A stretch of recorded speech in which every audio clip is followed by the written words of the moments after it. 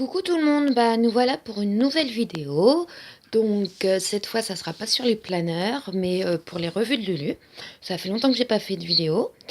Comme vous le voyez sur l'image, donc mon thème ça sera Harry Potter. Puisque pour ceux qui ne le savent pas, le dernier tome Harry Potter, donc le tome 8, donc Harry Potter et l'Enfant Maudit, est sorti en français vendredi 14 octobre, donc il y a quelques jours à peine. Donc, bien évidemment, on n'arrête pas de voir des affiches dans le métro, en tout cas en région parisienne, dans les magasins, le livre est mis en avant avec des goodies, etc.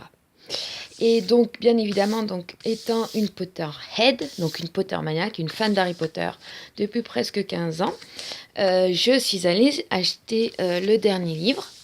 À l'occasion, donc dans un magasin de type au Furet du Nord, plus exactement. C'est un magasin de type Fnac, c'est-à-dire vous trouvez des livres, de la papeterie, enfin on trouve de tout, ce qui est plutôt sympa. À cette occasion, ils avaient mis en avant plein de goodies, plein d'objets de collection dérivés du monde d'Harry Potter, notamment ce magnifique marque-page. Je ne sais pas si on voit très bien, ça a l'air reflet. Donc, Pouf Souffle. Donc, il s'agit de la maison Pouf Souffle avec le blaireau. Donc, c'est ma maison préférée. Voilà pourquoi je l'ai acheté. Également, j'avais vu sur Facebook un magazine hors série sur Harry Potter et la philosophie. Et on fait de la philo au lycée. Je me suis dit que ça pourrait être intéressant. Je ne l'ai pas encore lu. Et le fameux tome. Dans le magasin, il y avait également un tableau sur lequel ils avaient proposé avec un stylo aux gens d'écrire ce que représente Harry Potter pour nous. Donc je me suis prêtée au jeu. Alors donc moi je vais vous parler de ce que représente Harry Potter pour moi et après je vous parlerai de ce que je trouve, de ce qui est devenu Harry Potter selon moi. Voilà.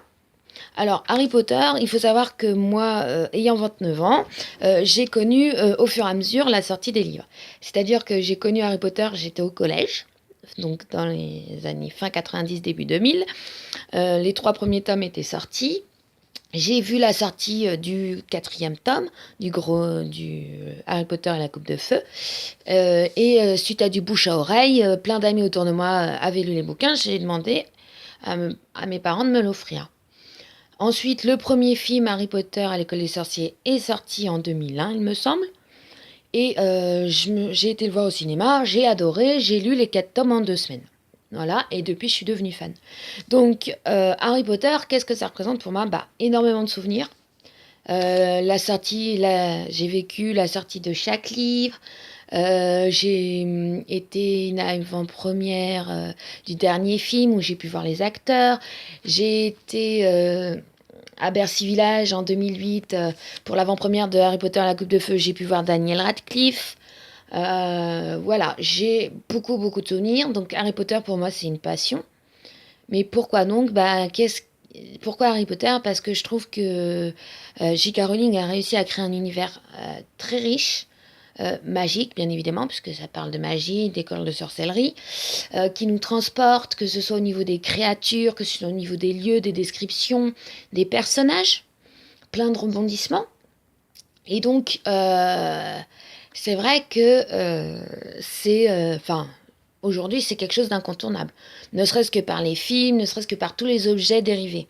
Maintenant, ce que je me rends compte, et je vous dis ça pourquoi et ce qui m'a décidé à faire cette vidéo, c'est que quand j'ai été acheter le livre, j'ai vu des gamines, des collégiennes, on va dire voilà, entre 6e et 3e, hein, il y avait des jeunes filles, elles étaient 3, et donc il y a 2 copines deux des 3 qui disent ah mais nous spoil pas, je savais pas ça, etc. Et du coup je me suis dit mince, aujourd'hui Harry Potter, il y en a beaucoup qui se contentent des films. Voilà, maintenant que les films sont finis de sortir, et en fait je me suis dit mince. Il y a plus côté passion, ce côté comment la lecture en tant qui nous fait rêver, la lecture qui nous transporte, qui nous fait voyager. Moi, je sais que c'est qu'un livre et pourtant, voilà, c'est 15 ans de ma vie. Ces 15 ans, j'ai eu plein de souvenirs avec. Ça m'a permis de lier des grosses amitiés. Ça m'a permis de partager énormément de choses. Donc, voilà, donc voilà ce que représente Harry Potter pour moi. Maintenant, je vais vous parler de qu'est-ce que j'ai pensé du livre, sans spoiler bien évidemment. Alors déjà, il faut savoir que c'est présenté sous forme de pièce de théâtre. Donc ça, c'est déjà un peu particulier. J'avoue qu'au début, j'ai eu un peu de mal, mais après, on s'y fait vite. Autre point, il faut préciser que J.K. Rowling n'a pas été toute seule à écrire, puisque donc c'est d'après une nouvelle originale de J.K. Rowling, mais la pièce de théâtre a été écrite par quelqu'un d'autre et mise en scène par quelqu'un d'autre. Donc ça se ressent, clairement ça se ressent dans l'écriture. Le fait que ce soit une pièce de théâtre, les actions se déroulent très vite, il manque les descriptions. Moi, ça m'a manqué, et j'ai échangé avec plusieurs personnes, ça leur a manqué aussi. Et honnêtement, moi, il y a des choses que j'ai trouvées too much. J'ai trouvé que malheureusement, ça manquait un peu d'originalité. Il y a une partie du livre que j'ai beaucoup aimée. Je me suis pas ennuyée du tout, ça c'est clair, parce que les actions s'enchaînent et il y a plein de rebondissements. Donc voilà, donc je regrette pas mon achat et en tant que Potterhead, voilà, ça fait partie de ma collection.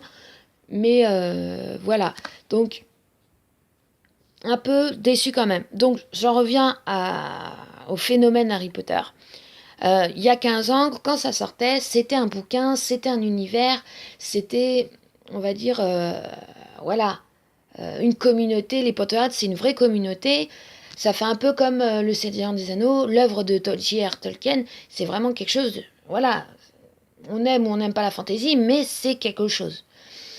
Là, J.K. Rowling, elle s'est inspirée comme tout le monde sûrement. Il y en a qui diront qu'il y a plein de choses qui ressemblent à Tara Duncan ou autre, mais en tout cas, elle a créé quelque chose à elle.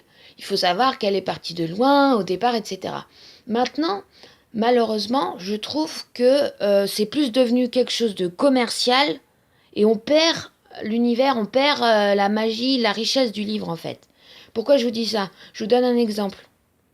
Pourquoi quand le livre est sorti en anglais, il n'y avait pas de goodies dans les magasins.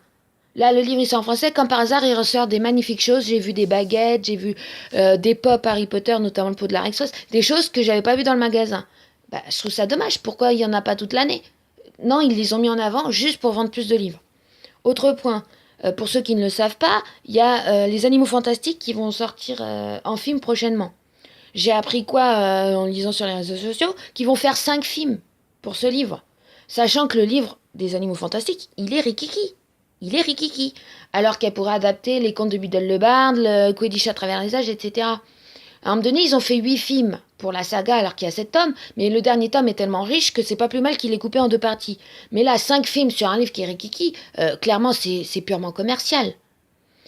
Donc, je prends l'exemple d'Harry Potter, mais je peux prendre l'exemple de Star Wars. Ils refont une trilogie.